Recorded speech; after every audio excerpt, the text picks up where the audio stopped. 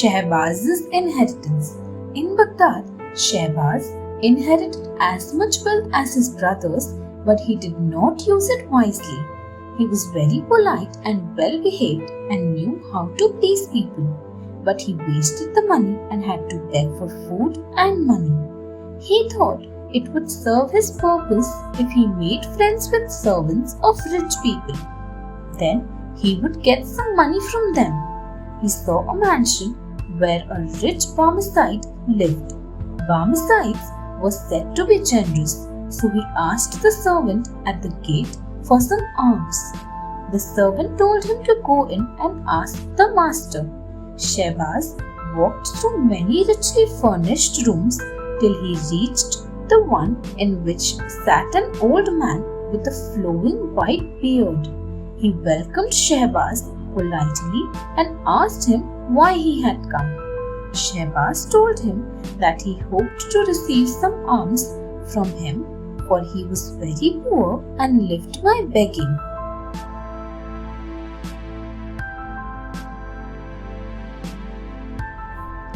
The imaginary feast.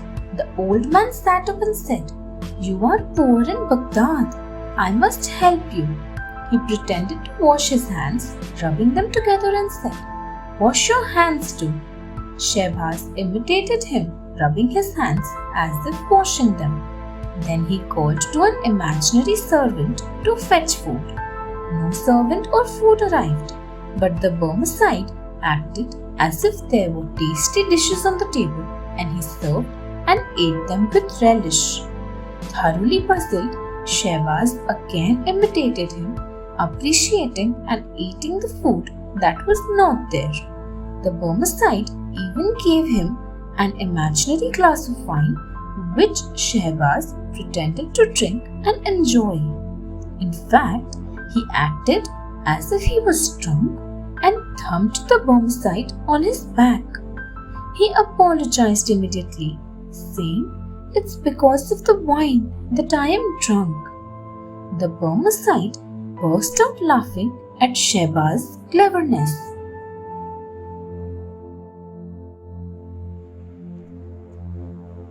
The new friend. The Barmecide said, "I have always wanted a friend who understood my sense of humor. Now I have found one." He called his servant and asked him to serve a lavish feast, a real one. Music was played while he ate. After that, he gave Shahbaz some of his own robes to wear. Shahbaz was really treated like a dear friend and stayed on in the house of the Barmecide. Shahbaz was trusted to look after his house and all his business matters. He too served the Barmecide faithfully and became worthy of his trust.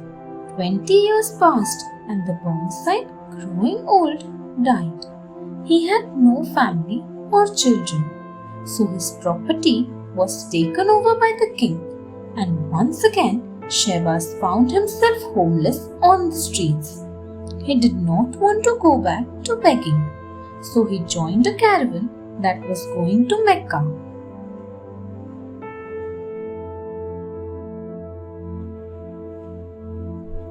To Baghdad, the caravan that Shahbaz joined had to cover a long route, often through deserts, to reach Mecca.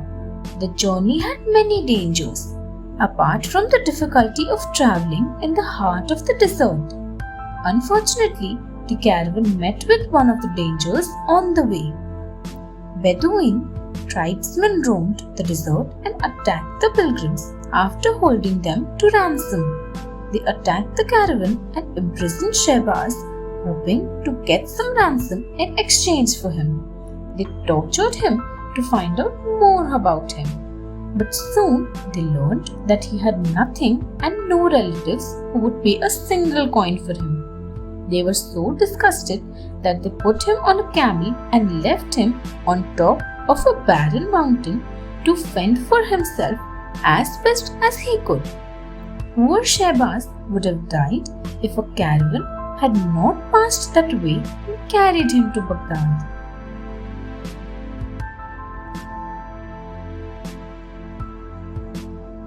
The ungrateful snake. A traveler on a camel passing through a thorny forest saw that an old campfire had caused a forest fire. A large snake was caught in the fire and was crying out for help. The compassionate traveler took a saddlebag from a camel's back and opening its mouth, he fixed a spear into it and extended it to the snake. The snake slid over the spear into the bag safely. The traveler opened the mouth of the bag to release the snake and told it to go away. But the ungrateful snake said it would harm both him and his camel. The traveler was shocked and asked, "Why should you repay my kindness by killing me? Doing a good deed for someone unworthy is as bad as an evil deed against a good person," said the snake. "Who told you to return evil for good?" asked the traveler. "I learnt that from humans only," replied the snake.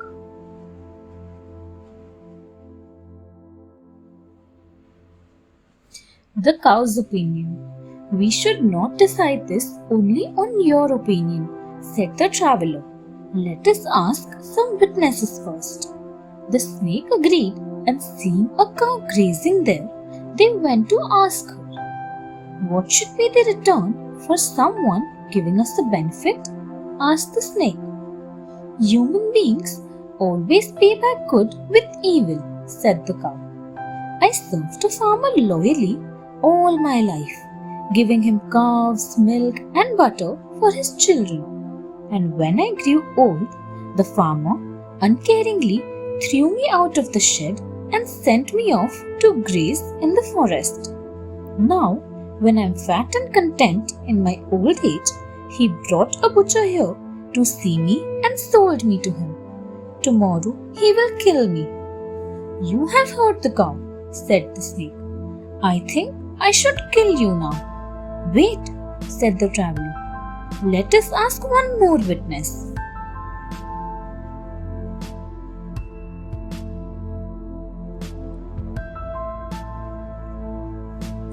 The tree's evidence. Seeing a bare twisted tree, they asked it how a good deed should be repaid.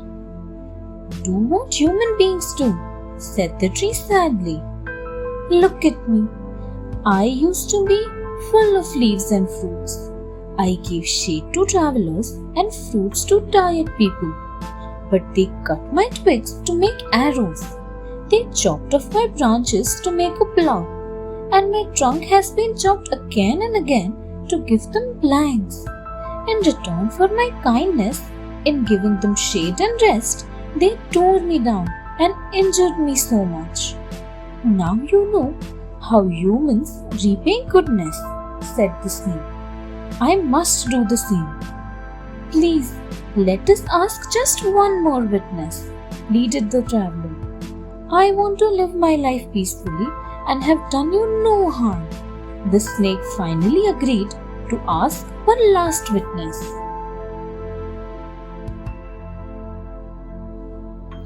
The fox's justice. A fox had been watching everything from among the bushes and he came out. He said to the traveler, "The return for good is always evil. Don't you know that? But what good have you done to the snake for him to retaliate like this?" The traveler told the fox about how he saved the snake from the fire. "You are telling lies," said the fox. "No, he is speaking the truth," said the snake. "That is the bag. But how can an enormous snake like you get into a little bag like that?" asked the surprised fox. "I'll show you," said the snake, and he slithered into the bag. "Young man, you must not show mercy to the unworthy enemy," said the fox. Immediately, the traveler understood what he meant. He shut the bag and threw it on a stone, killing the evil snake. He had learnt the lesson of good and evil. Thanks for watching.